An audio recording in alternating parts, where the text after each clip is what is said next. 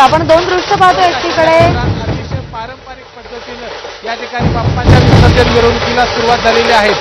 पालकमंत्र्यांनी प्रशासनाला सूचना दिल्यानंतरही की बाप्पाची विसर्जन मिरवणूक ही संत गतीने होऊ नये, योग्य पद्धतीने भाविकांना या विसर्जन मिरवणुकीमध्ये सहभागी होण्यासाठी योग्य त्या सूचना आहेत त्या पालकमंत्र्यांच्या वतीने देण्यात आलेल्या आहेत। कॅमेरामन निलेश शेवाळेसह विजय केसरकर, एबीपी माझा, Kolhapur.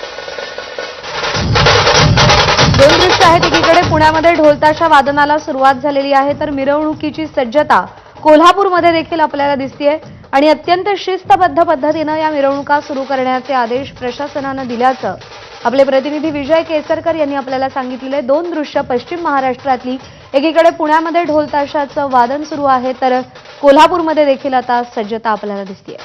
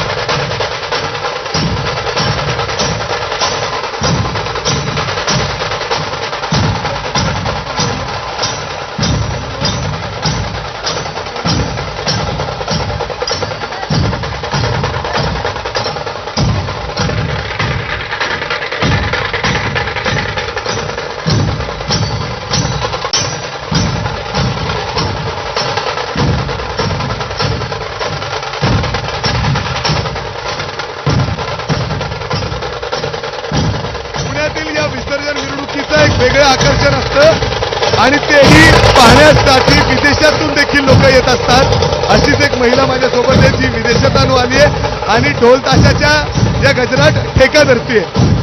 R you enjoying this festival? That's amazing! It's huge! It's incredible! It's my first time here. Last day and 2 years ago I performed with Mardani Khel, with Shri Shivaji Mardani Akhada. But this year I'm with Global Ganesh Fest. We are doing this documentary, it's a project, and I'm discovering this is fully, totally, wow! What?